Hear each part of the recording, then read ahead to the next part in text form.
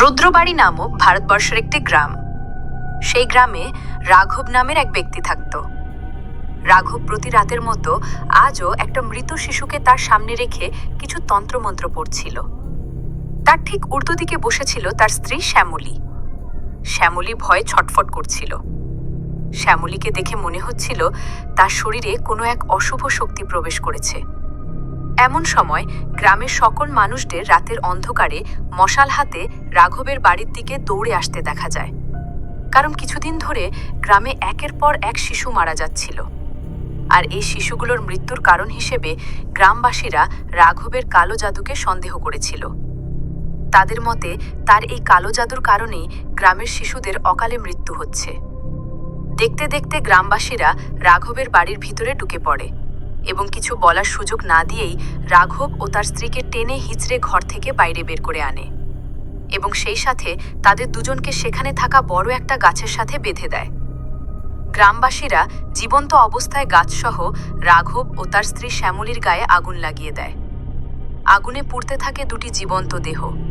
তারা বাঁচার জন্য চিৎকার করতে থাকে। এই ভয়ঙ্কর ঘটনাটির সব দেখছিল রাঘবের ছোট ছেলে দীপু। দীপু তার বাবা মায়ের এই করুণ মৃত্যু দেখে মাটিতে বসে চিৎকার করে কাঁদছিল। এরপর দৃশ্য পাল্টায়। কালের নিয়মে কেটে যায় 10 বছর। একদিন রাতে হঠাৎ অদ্ভুত এক কাকের ডাকে সিধান নামের এক লোকের ঘুম ভেঙে যায়। সে তখন তার ক্ষেত পাহারা দিচ্ছিল। সিধান ভয়ে ভয়ে হারিকেন হাতে ঘর থেকে বের হয়, কিন্তু সেখানে সে কাউকে দেখতে পায় না, কারণ চারদিকে ছিল তখন ঘুটঘুটে অন্ধকার। সিধান আরেকটু সামনে আসতেই হঠাৎ করে একটা কাক উড়ে এসে সিধানের মাথায় আঘাত করে।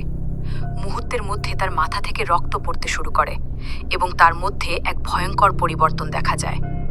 তার চোখ মুখ দেখে মনে হচ্ছিল সে কোনো এক অশুভ শক্তির বশে চলে গেছে। সিধান অদ্ভুতভাবে হেঁটে ক্ষেতের অন্ধকারে মিলিয়ে যায়। এর পরের দিন থেকে সিধানকে আর কোথাও খুঁজে পাওয়া যায় নাই। এদিকে গাড়িতে করে ছুরিয়া তার ভাই, বাবা ও মায়ের সাথে শহর থেকে গ্রামে আসছিল। তারা এসেছে গ্রামের বাৎসরিক মেলায় অংশ নিতে।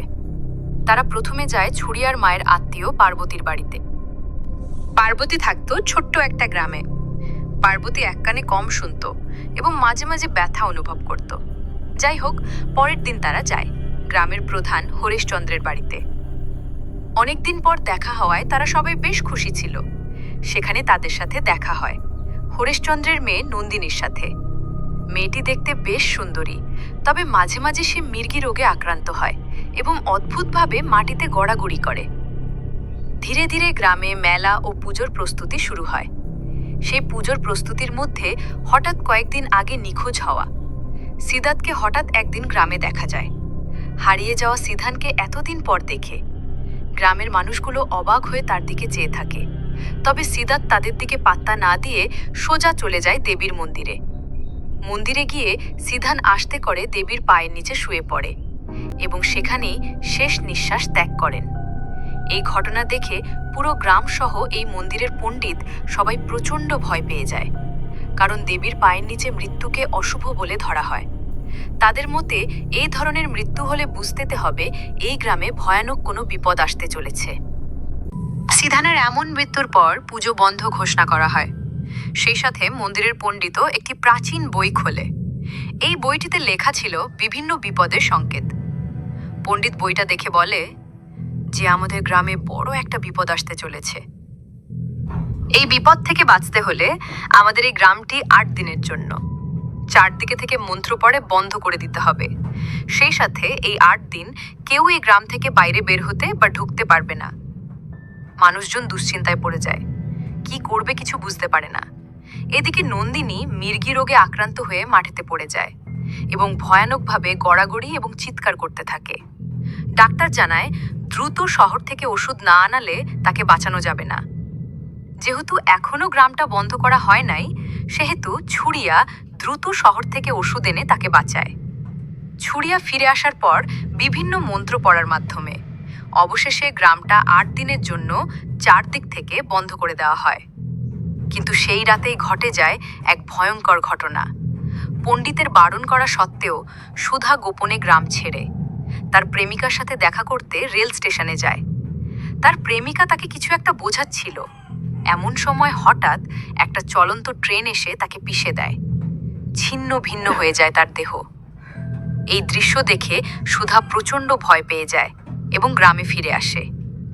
কিন্তু সুধার চোখ মুখ দেখে মনে হচ্ছিল সুধা কোনো এক অশুভ শক্তির নিয়ন্ত্রণে আছে। সে জঙ্গলে ঢুকে একটা মৌমাছির চাক দেখতে পায় এবং সুধা হঠাৎই নিজের মুখটা সেই চাকে ঢুকিয়ে দেয়। মৌমাছির কামড়ে মুখ ফুলে যায় এবং কিছুক্ষণের মধ্যে সে মারা যায়। পরের দিন নন্দিনীকে দেখা যায়। নন্দিনী এখন অনেকটাই সুস্থ। নন্দিনী ছুরিয়ার সাথে দেখা করতে আসে।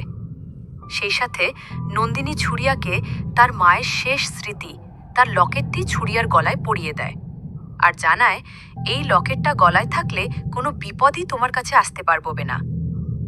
সেই রাতে পার্বতী জঙ্গলের দিক থেকে একটা অদ্ভুত আওয়াজ শুনতে পায়। কৌতূহলী হয়ে সেখানে গেলে দেখতে পায় তাদের গ্রামের দুধেলা রাজীব জঙ্গলে বসে ভয়ে কাঁপছিল আর তার হাতে ছিল ধারালো একটা কাঁচি। পার্বতী কিছু বুঝে ওঠার আগেই সুরি তার হাতে থাকা কাঁচি দিয়ে নিজেই নিজের গলা কেটে আত্মহত্যা করে। এই দৃশ্য দেখে পার্বতী ভয়ে চিৎকার করে ওঠে। সে যেন নিজের চোখকে বিশ্বাসে করতে পারছিল না যে সে এরকমটা দেখেছে। পরের দিন দেখা যায় রাতের ঘটনা দেখার পর থেকে পার্বতীর আচরণ কেমন যেন পাল্টে গেছে। সে নিজের কানের ব্যথার নাম করে একটা ধারালো পিন দিয়ে ভয়ঙ্করভাবে কানে ঢুকিয়ে আত্মহত্যা করেন। সবাই ভাবে যে পার্বতী হয়তো তার কানের ব্যথা সহ্য করতে না পেরে মৃত্যুবরণ করেছে। যাই হোক, ছুরিয়া পার্বতীর অন্ত্যেষ্টির সময় লক্ষ্য করেন পার্বতী যে কানে লোহার শীত ঢুকিয়ে দিয়ে আত্মহত্যা করেছে, আসলে সেই কানে তার কোনো সমস্যাই ছিল না। সমস্যা ছিল অন্য কানে। ছুরিয়া কিছুই বুঝতে পারে না কি হচ্ছে এসব। যাই হোক, এরপর পার্বতীর দেহ পুড়িয়ে তার মৃত্যুকার্য শেষ করা হয়। সেই সাথে গ্রামে আলোচনা শুরু হয় যে মানুষগুলো এভাবে কিভাবে মারা যাচ্ছে। তারা যখন আলোচনা করছিল ঠিক তখনই সেখানে হঠাৎ জঙ্গলে এক সাধু বাবাকে দেখতে পাই।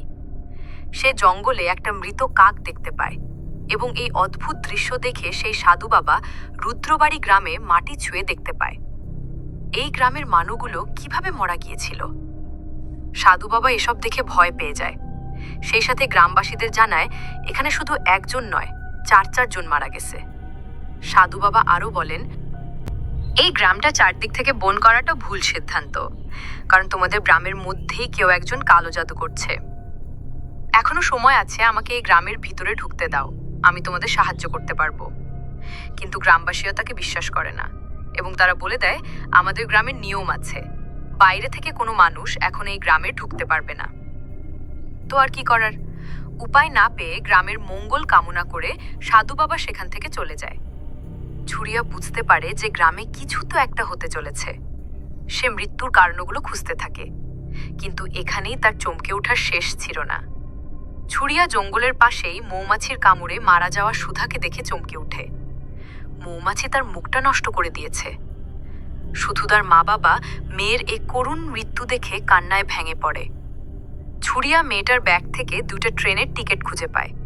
ছুরিয়া বুঝতে পারে সুধা নিশ্চয়ই তার বয়ফ্রেন্ডের সাথে পালাতে চেয়েছিল। ছুরিয়া দেরি না করে স্টেশন মাস্টারের কাছে কল দেয় এবং সেদিন রাতের কথা জিজ্ঞাসা করে। তার উত্তরে লোকটা যা বলে তাতে তার মাথা খারাপ হয়ে যায়। লোকটা জানায় সেদিন রাতে ওই ছেলেটা ট্রেনের ধাক্কায় মারা গেছে। ছুরিয়া ছুটে পূজারীর কাছে যায়। দেখা যায় সেও অসহায় হয়ে বসে আছে, কারণ তার গরুর দুধের জায়গায় রক্ত বের হচ্ছিল।